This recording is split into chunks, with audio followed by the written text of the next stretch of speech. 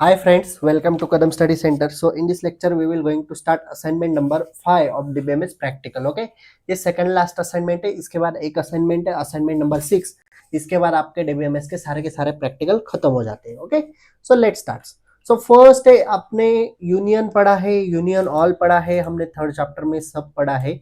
इसके ऊपर ही आपको असाइनमेंट सॉल्व करने हैं. Union, union all, intersection, intersection all, except, except all. Okay, so set A, okay, और एक सेट है सेट बी. दो ही सेट है, दो ही क्वेश्चन है. सेट ए में सॉल्व करूंगा एंड ऑब्वियसली सेट बी आपको होमवर्क के लिए सेट बी के आंसर्स दिए हैं, लेकिन आप खुद से पहले ट्राई करो. मैं सेट ए सॉल्व करके दिखाता हूँ. सो सेट ए में क्या बोला है, create the following relations for an investment firm.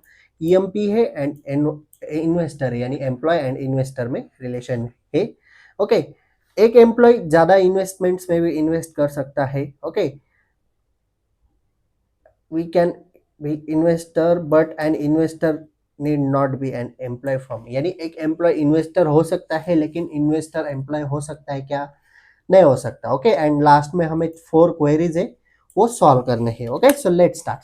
First हम टेबल क्रिएट करेंगे, एम्प्लॉय का टेबल क्रिएट करेंगे, इन्वेस्टर का करेंगे एंड एक ब्रिज टेबल क्रिएट करेंगे. एम्प्लॉय और इन्वेस्टमेंट में जो रिलेशन दिखाता है यानी ईएमपी और इन्वेस्टमेंट में एक टेबल क्रिएट करेंगे. उनमें क्या देंगे, employee ID, investor ID number. Okay, जो प्राइमरी की है दोनों टेबल में वो देंगे एंड उन दोनों को क्या करेंगे, फॉरेन की पास करेंगे थर्ड टेबल में. ओके, फॉरेन की कैसे पास करते पता है ना, चलो अच्छी तरह से पता है. चलो टेबल क्रिएट करते हैं.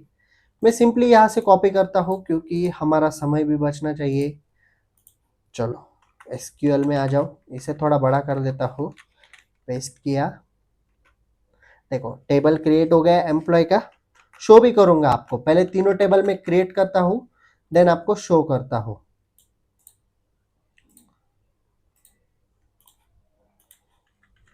Paste. Okay, and third and last table है एम्प्लॉय एंड इन्वेस्टमेंट का यानी ईएमपी इन्वेस्टमेंट का टेबल, जिसे मैंने नेम दिया है. ओके, इसे भी मैं पेस्ट करता हूं. तीनों टेबल क्रिएट हो गए. चलो तीनों को देखते हैं. Select star from EMP, sorry name क्या है, एम्प्लॉय, वो 8 हो गया. Star from employ.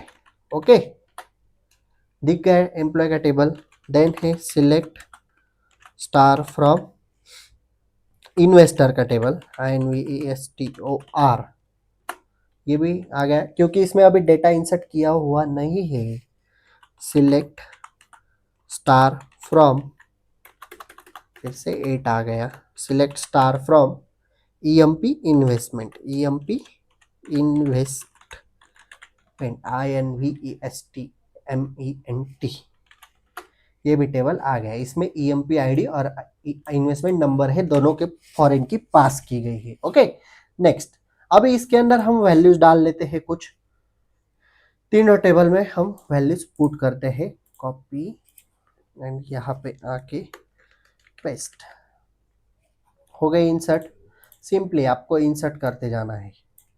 आप अपने हिसाब से भी वैल्यूज इसमें इंसर्ट कर सकते हो. ओके, थर्ड टेबल में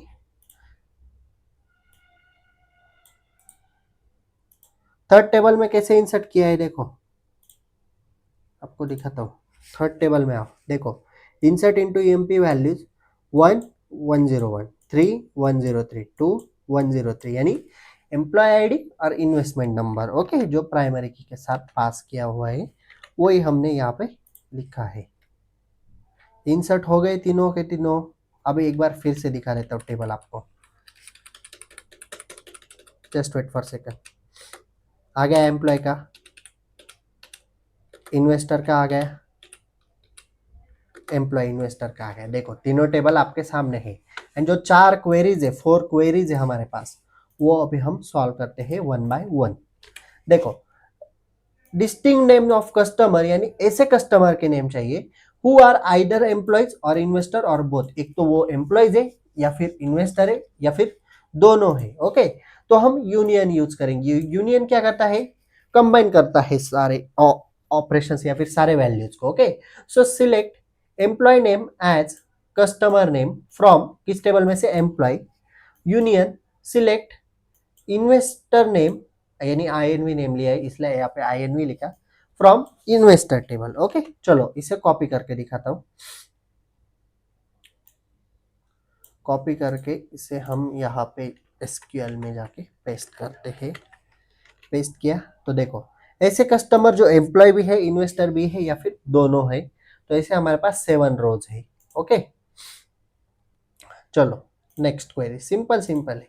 name the customer who are both employees and investor. ऐसे एक एम्प्लॉयज के नेम चाहिए जो दोनों है, एम्प्लॉयज भी है इन्वेस्टर भी है। So select distinct employee name from employee E joint.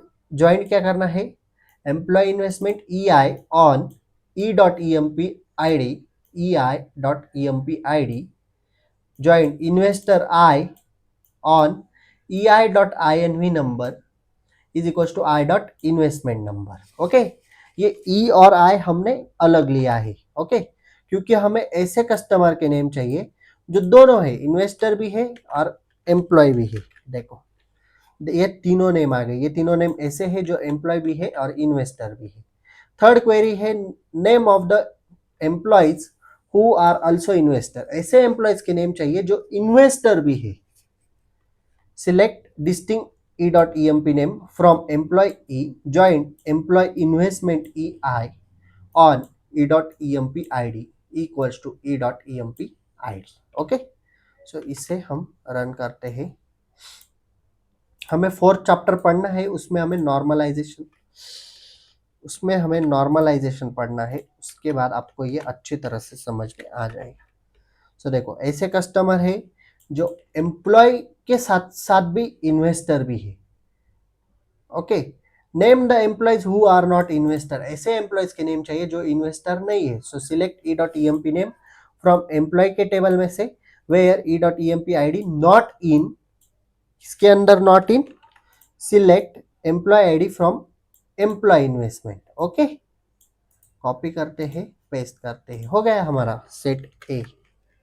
देखो ओके, अभी आपको सेट बी समझा देता हूं, आप खुद से सॉल्व करो। सेट बी में क्या है, एम्प्लॉय का टेबल है, प्रोजेक्ट का टेबल है, डिपार्टमेंट का टेबल है। 1 to many रिलेशनशिप है डिपार्टमेंट एंड एम्प्लॉयज में। Many employees can work many project, so project और एम्प्लॉयज में मेनी टू मेनी रिलेशनशिप है। तो एक टेबल 4 टेबल क्रिएट होगा। एक टेबल एम्प्लॉय का होगा, सेकंड टेबल प्रोजेक्ट का होगा, थर्ड टेबल डिपार्टमेंट का होगा, फोर्थ टेबल एम्प्लॉय और प्रोजेक्ट का होगा। एंड क्वेरी सॉल्व करनी है। Find the details of employee who having highest salary, delete all employees of department 20, list the elements and salary of employees sorted by their salary। ये तीनों आपको solve करने हैं क्वेरीज। ओके, नहीं आई तो answer आपके सामने है। ओके, सो अभी हम यहाँ पे रुकते हैं। If you have any doubt regarding this lecture please ask in comment section और you can DM me on Instagram. Okay, next lecture में असाइनमेंट नंबर 6 होगा और डीपीएमएस का प्रैक्टिकल एंड होगा। ओके, अगर इससे पहले के 4 असाइनमेंट आपने नहीं देखे तो देख लेना। Okay, so this PDF is available on Telegram channel link is available in description box. So if you like this video, please like, share and subscribe to our channel and share this video with your friends. So that's it for today. Till then, tata, bye bye.